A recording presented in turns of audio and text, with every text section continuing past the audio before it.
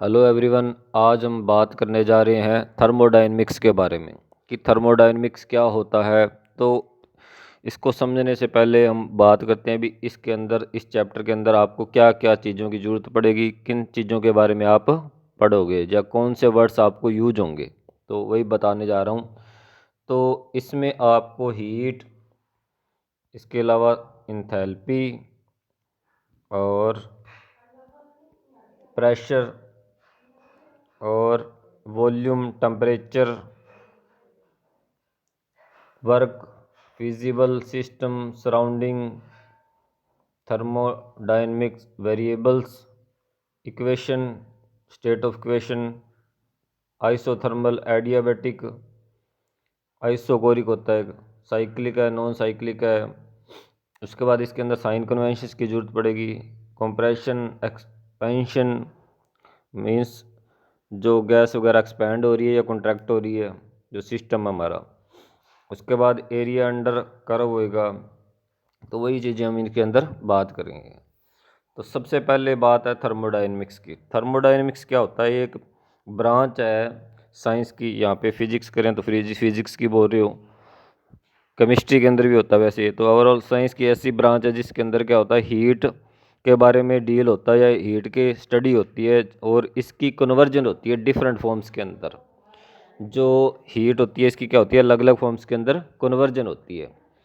तो कन्वर्जन होती है तो इसके अंदर आगे क्या है, सिस्टम है, सराउंडिंग है। तो सबसे पहले सिस्टम क्या होता है कि जिस चीज़ के बारे में हमने स्टडी करनी है, जिस चीज़ के बारे में हमने क्या करनी है, स्टडी करनी है, जहाँ पे हमारा फोकस रहता है, जिस चीज़ के बारे में हम इन्वेस्टिगेट कर रहे हैं, मीन्स पार्टिकल्स के बारे में हम जो पढ़ेंगे, मतलब ये सारा क्या होगा, सिस्टम। इसके अराउंड जो भी कुछ होगा वो क्या होगा, इसका सारा सराउंडिंग होगा।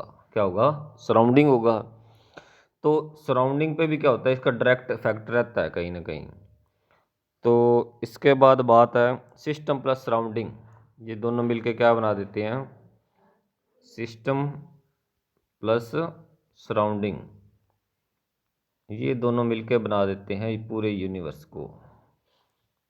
क्या बना देते हैं? यूनिवर्स। ठीक है जी। इसके बाद आगे बात करते हैं, 1 मिनट।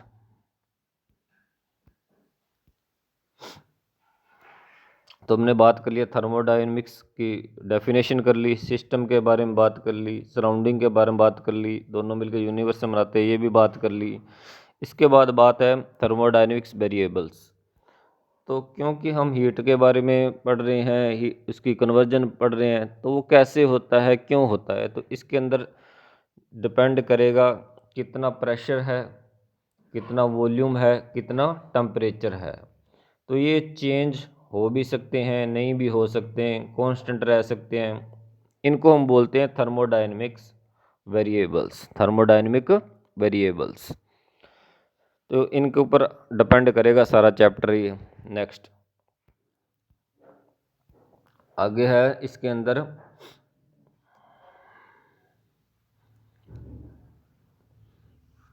आएगा जीरोथ लॉ।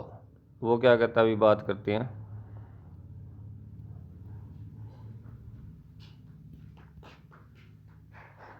जीरोथ लॉ क्या कहता है कि मान लो 3 सिस्टम है अपने पास, ए, बी और सी। और ए सी के साथ इक्विलिब्रियम में है, बी सी के साथ इक्विलिब्रियम में है। तो ए और बी भी क्या होगा, इक्विलिब्रियम के अंदर होगा, थर्मल इक्विलिब्रियम के अंदर। तो अब ये थर्मल इक्विलिब्रियम क्या होता है, तो दो चीज़ें हैं, एक थर्मल और एक थर्मोडायनेमिक्स। थर्मल का मतलब जिसमें टेम्परेचर क्या रहता है, सेम रहता है। जैसे दो सिस्टम है, पहले का टेम्परेचर T1 है, दूसरे का टेम्परेचर T2 है। तो इन दोनों का टेम्परेचर क्या होगा, अगर सेम हुआ, T हुआ, मान लो इसका भी T इसका भी T, तो that is thermal equilibrium. System क्या होंगे, दोनों थर्मल इक्विलिब्रियम में। अगर टेम्परेचर अलग अलग हुआ तो कौन सा इक्विलिब्रियम होगा, तो वो होगा थर्मोडायनेमिक्स इक्विलिब्रियम। तो जीरोथ लॉ ये क्या कहता है, थर्मल इक्विलिब्रियम में है, ए सी के साथ, बी सी के साथ। तो ए और बी भी क्या होंगे, थर्मल इक्विलिब्रियम के अंदर होंगे। इसके बाद आएगी बात इसके अंदर हीट की। पहले हम स्टार्टिंग बात कर ली। हीट क्या होती है? एनर्जी होती है जो कि ट्रांसफर होती है सिस्टम और सराउंडिंग के बीच में। इसके बाद आगे इसमें बात है इंटरनल एनर्जी की। इंटरनल एनर्जी क्या होता है? दो एनर्जी का कॉम्बिनेशन होता है ये, काइनेटिक और पोटेंशियल का। काइनेटिक और पोटेंशियल एनर्जी का कॉम्बिनेशन होता है ये। तो इंटरनल एनर्जी काइनेटिक और पोटेंशियल का कॉम्बिनेशन होता है। तो ये तो अलग अलग गैसेस पे भी डिपेंड है। जैसे आइडियल गैस है तो उसमें क्या होता है? सिर्फ काइनेटिक एनर्जी पे डिपेंड होता है, पोटेंशियल एनर्जी नहीं होती। और जो अदर गैसेस हैं उसमें ये पोटेंशियल एनर्जी का कॉन्सेप्ट होता है। ये कॉन्फ़िगरेशन बेस्ड होता है, ये टेम्परेचर बेस्ड होता है। तो इसमें काइनेटिक एनर्जी की, एवरेज काइनेटिक एनर्जी की बात होती है कि जो मान लो गैस है, गैस के अंदर क्या होता है? जब हीट वगैरह करते हैं तो उनके पार्टिकल्स जो होते हैं वो क्या होते हैं? ज़ोर ज़ोर से कोलाइड करना शुरू कर देते हैं, तो उस टाइम काइनेटिक एनर्जी बढ़ जाती है। तो उसके बेस पे जब भी हम हीट देते हैं तो कुछ एनर्जी जो जाती है या हीट जो जाती है वो इंटरनल एनर्जी के फैक्टर में चली जाती है, और सेकंड होती है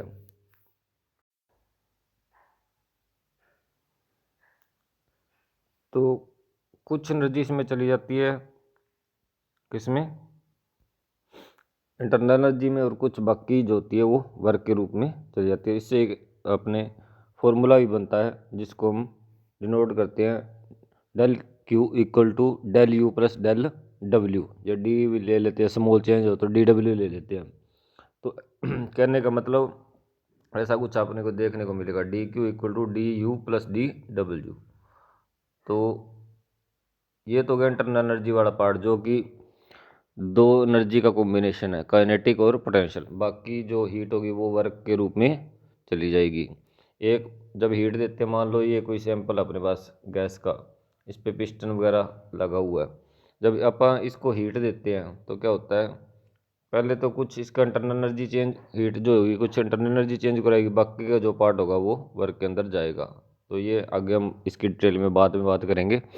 इसके बाद आगे इसके अंदर क्या कॉन्सेप्ट आएगा कि जो सिस्टम है वो एक्सपेंड कर रहा है या फिर कंप्रेस कर रहा है। उसके आधार पे जैसे एक्सपेंड करेगा तो वॉल्यूम बढ़ेगी और प्रेशर कम होगा। तो इसके बेस पे इनके ग्राफ्स बनेंगे जिनको हम इंडिकेटर डायग्राम्स कहते हैं। एक तरफ प्रेशर होगा, एक तरफ वॉल्यूम होगा। ग्राफ अगर ये एरो से डिसाइड होगा भी एक्सपेंशन हो रहा है कि कॉन्ट्रैक्शन हो रहा है, जिसके इनसे क्या होगा? एक्सपेंशन और कंप्रेशन के बारे में पढ़ने के बाद और इन ग्राफ्स की स्टडी करने के बाद इनसे हमें ग्राफ से एरिया अंडर द कर्व निकालेंगे, जिससे क्या होगा? वर्क का पता चलेगा। एरिया से क्या पता चलेगा? ग्राफ के एरिया निकालेंगे जिससे हमें पता चलेगा भी वर्क कितना हो रहा है। उसके लिए छोटा एलिमेंट लेंगे, उसका वर्क निकालेंगे जिसको डिनोट करेंगे डी डब्ल्यू से। फिर देख लेंगे वॉल्यूम कहाँ से कहाँ जा रहा है। और इसके अंदर एक चीज़ और यूज होगा, वो होगा इंटीग्रेशन। कि वॉल्यूम स्टार्टिंग में जैसे V1 है, बाद में मान लो हो गया V2। तो वर्क क्या होता है? प्रेशर इंटू वर्क क्या होता है? Pressure into volume dV। तो आगे वॉल्यूम मान लो चेंज हो रहा है V1 से V2, तो यहाँ से अलग अलग एक्सप्रेशंस अपने को आएंगे और एरिया अंडर द कर्व निकालने की आपको जरूरत पड़ेगी। इसके बाद इसके अंदर आएगा साइन कन्वेंशन। साइन कन्वेंशंस के अंदर आपको डेल क्यू मीन्स जो हीट चेंज हो रहा है वो प्लस है या माइनस है। इसी तरह से वर्क डन प्लस है या माइनस है, या फिर जो इंटरनल एनर्जी का चेंज हुआ है वो प्लस है या माइनस है। ये डिपेंड करेंगे। जैसे फर्स्ट है डेल क्यू कि हीट अगर सिस्टम को दे रहे हैं हम तो प्लस होगा, अगर हीट ड्रा कर रहे हैं, निकाल रहे हैं, बाहर निकल रही है सिस्टम से, तो उस टाइम ये नेगेटिव होगा। इसके बाद डेल डब्ल्यू वर्क अगर सिस्टम से हो रहा है तो उस टाइम क्या होगा? पॉजिटिव होगा। अगर ऑन द सिस्टम वर्क हो रहा है, मतलब गैस पे हो रहा है या सिस्टम पे, मतलब बाय द सिस्टम और गैस, और ये वाला ऑन द सिस्टम और गैस। इस टाइम एक्सपेंशन होता है, इस टाइम कंप्रेशन होता है।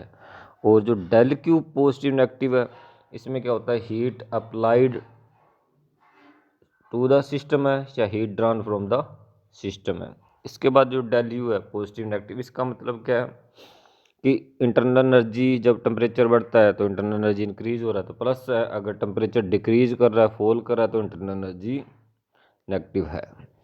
तो इसके आधार पे साइन कन्वेंशन भी यूज होगी। ये जो डेल क्यू है, डी क्यू है, इनका मतलब स्मॉल चेंज है या लार्ज चेंज है हीट का। क्यू मतलब हीट चेंज के लिए, यू इंटरनल एनर्जी के लिए, और डब्ल्यू वर्क के लिए। तो इसके आधार पे होएगा क्या, डी डब्ल्यू और डी यू या डी क्यू, या फिर इनकी जगह del Q, del W, del you.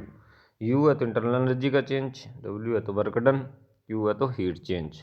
ये स्मॉल चेंज के लिए और ये वाले लार्ज चेंज के लिए, या फिर इनको स्मॉल चेंज के तौर पे हम यूज करते हैं। तो नेक्स्ट इसके अंदर आपको वर्क डन मैंने बता ही दिया, निकालने के एक्सप्रेशंस आएंगे अलग अलग। इसके बाद जो ये प्रोसेसेस होते हैं वो अलग अलग तरह के होते हैं। आइसोकोरिक हो सकता है, आइसोबारिक हो सकता है, एडियाबैटिक हो सकता है। ये डिपेंड करता है कि जो अपने टेम्परेचर, प्रेशर, वॉल्यूम वो कैसे हैं मतलब। तो अगर एडियाबैटिक हुआ तो उसके अंदर क्या होगा, प्रेशर कांस्टेंट होगा। एडियाबैटिक के अंदर क्या होगा, प्रेशर कांस्टेंट होगा। अगर वॉल्यूम कांस्टेंट हुआ तो उसको कहते हैं आइसोकोरिक। वॉल्यूम कांस्टेंट है तो उस प्रोसेस को क्या बोलेंगे इसके अंदर, आइसोकोरिक या आइसोमेट्रिक भी बोल देते हैं।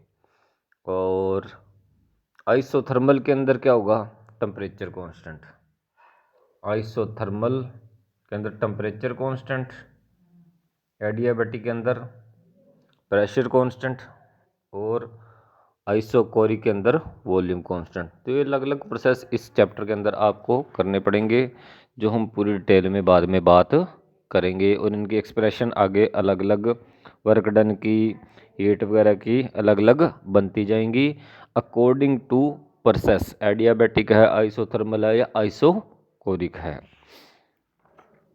तो ये था कुछ इंट्रोडक्शन चैप्टर का।